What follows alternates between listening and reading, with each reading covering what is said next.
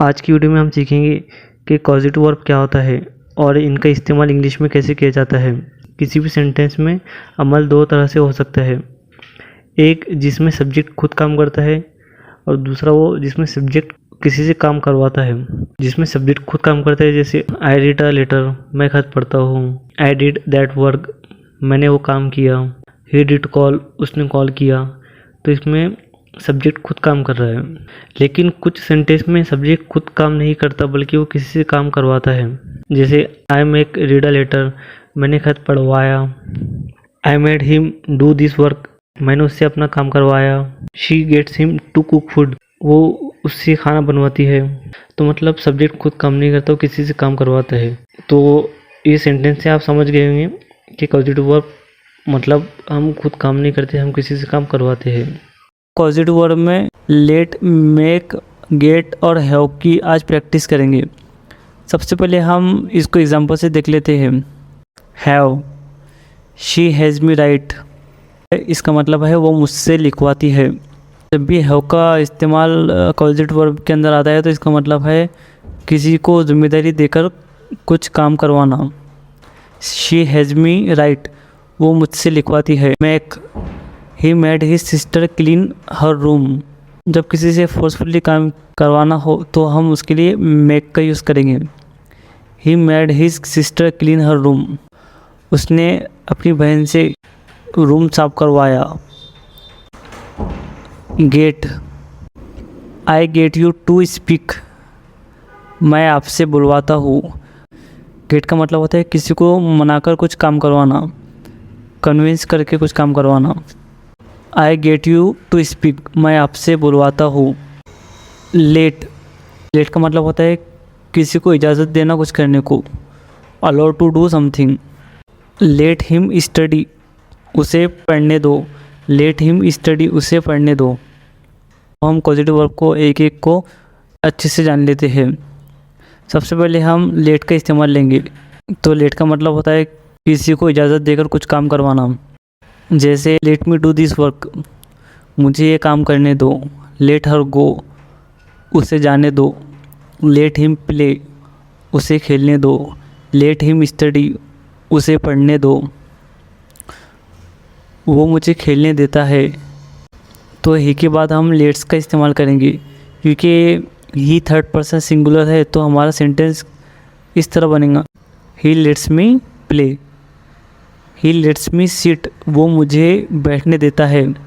ही lets me play, वो मुझे खेलने देता है। ही लेट्स मी ईट, वो मुझे खाने देता है। Let me do my work, मुझे मेरा काम करने दो। लेट हिम गो, उसे जाने दो। You don't let him study, तुम उसे पढ़ने नहीं देते। अगर हमें बोलना है कि तुम मुझे बोलने नहीं देते तो हम कहेंगे you don't let me speak. He let me right on his notebook, उसने मुझे उसकी नोट पर लिखने दिया। यहाँ पर हमने ही के बाद लेट्स का इस्तेमाल नहीं किया, क्योंकि ये सेंटेंस पास्ट में है और लेट की सेकंड फॉर्म लेट ही होती है।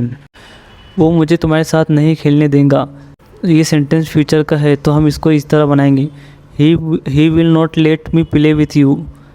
दूसरा पॉजिटिव वर्ब है मेक। मेक का मतलब होता है किसी से फोर्सफुली कुछ काम करवाना, किसी से ज़बरदस्ती काम करवाना। शी मैक्स मी स्पीक, वो मुझसे बुलवाती है। हमने यहाँ मैक्स का यूज़ किया है क्योंकि शी थर्ड पर्सन सिंगुलर है। शी मैक्स मी वर्क, वो मुझसे काम करवाती है। आई मेड हिम लव, मैंने उसे हंसाया। आई मेड हिम लव, यहाँ हमने मेक की जगह मेड यूज़ किया है, जो कि मेक की सेकंड फॉर्म है क्योंकि ये सेंटेंस पास्ट में है।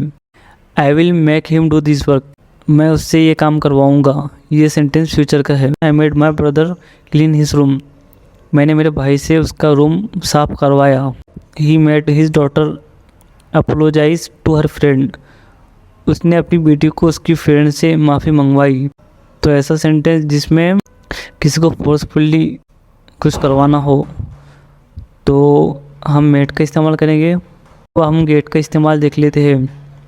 गेट का मतलब होता है किसी को मनवा के कुछ करवाना, जैसे मैंने अपने अब्बू से mobile ख़रीदवाया।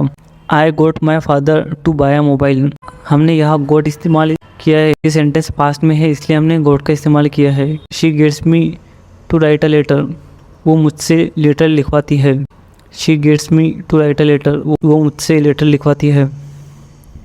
She gets him to cook food, वो उससे खाना बनवाती है। जब किसी को मनवा के कुछ काम करवाना हो तो उसके लिए हम गेट का इस्तेमाल करेंगे। अब हमारा लास्ट कॉजेटिव वर्ब है हैव। हैव का मतलब होता है किसी को जिम्मेदारी देकर कुछ काम करवाना। जैसे I have the letter written, मैं लेटर लिखवाता हूँ। I have her to read the book, मैंने उससे बुक पढ़वाई। यानी बुक पढ़ने की जिम्मेदारी दी। I had a mechanic repair my fan, मैंने मैकेनिक से अपना पंखा रिपेयर करवाया, मतलब रिपेयर करवाने की जिम्मेदारी दी। तो जब भी हम किसी को कुछ काम करने की जिम्मेदारी देते हैं तो उसके लिए हम हैव का इस्तेमाल करेंगे।